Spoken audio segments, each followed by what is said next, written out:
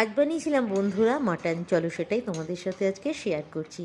সবার প্রথমে কিছুটা মশলা বানিয়ে নিচ্ছি। এখানে রসুন, আদা, কাঁচা লঙ্কা আছে, ওর মধ্যে নিয়ে নিলাম হলুদ গুঁড়ো, লঙ্কার গুঁড়ো আর কিছুটা কাঁচা পেঁপে, সব একসাথে পিষে নিলাম।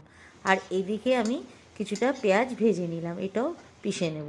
তারপরে এখানে 1 কিলো মটন নিয়ে নিয়েছি, ওর মধ্যে বাটা মশলাটা, পরিমাণ মতো নুন, কিছুটা সর্ষের তেল, ফ্যাটানো টক দই আর পেঁয়াজ বাটাটা দিয়ে সব কিছু ভালো করে মেখে 1 ঘন্টা ম্যারিনেট করে রেখে দিলাম। তারপরে ভেজে নিলাম আলুগুলো, বেশ লাল লাল করে আলুগুলো ভেজে নিলাম। ওর মধ্যে দিয়ে দিলাম তেজপাতা আর একটা বড় এলাচ। তারপরে দিয়ে দিলাম ওর মধ্যে পেঁয়াজ আর কিছুটা চিনি।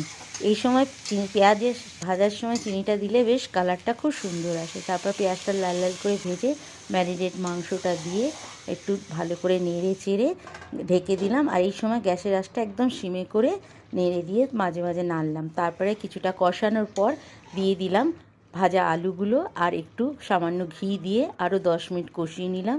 কষিয়ে নেওয়ার পর তারপরে আমি এটা কুকারে ট্রান্সফার করে নিয়ে ওর মধ্যে দিয়ে দিলাম গোলমরিচের গুঁড়ো আর পরিমাণ মতন গরম জল দিয়ে 4টে সিটি মেরে নিলাম। তারপর দেখো এখানে আমি একটু গরম মশলা ভিজিয়ে রেখেছিলাম, তারপরে বেটে নিলাম। তারপর মাংসটা হয়ে যাওয়ার পর গরম মশলার ঘিটা দিয়ে 10 মিনিট ঢেকে রেখে তারপর গরম গরম পরিবেশন করলাম। কেমন লাগলো বন্ধুরা জানিও কিন্তু। ভালো লাগলে একটা লাইক, শেয়ার, কমেন্ট করো। আর তোমরা কে কোথা থেকে আমার ভিডিও দেখছো সেটাও কমেন্ট করো। আজকের মতন টাটা।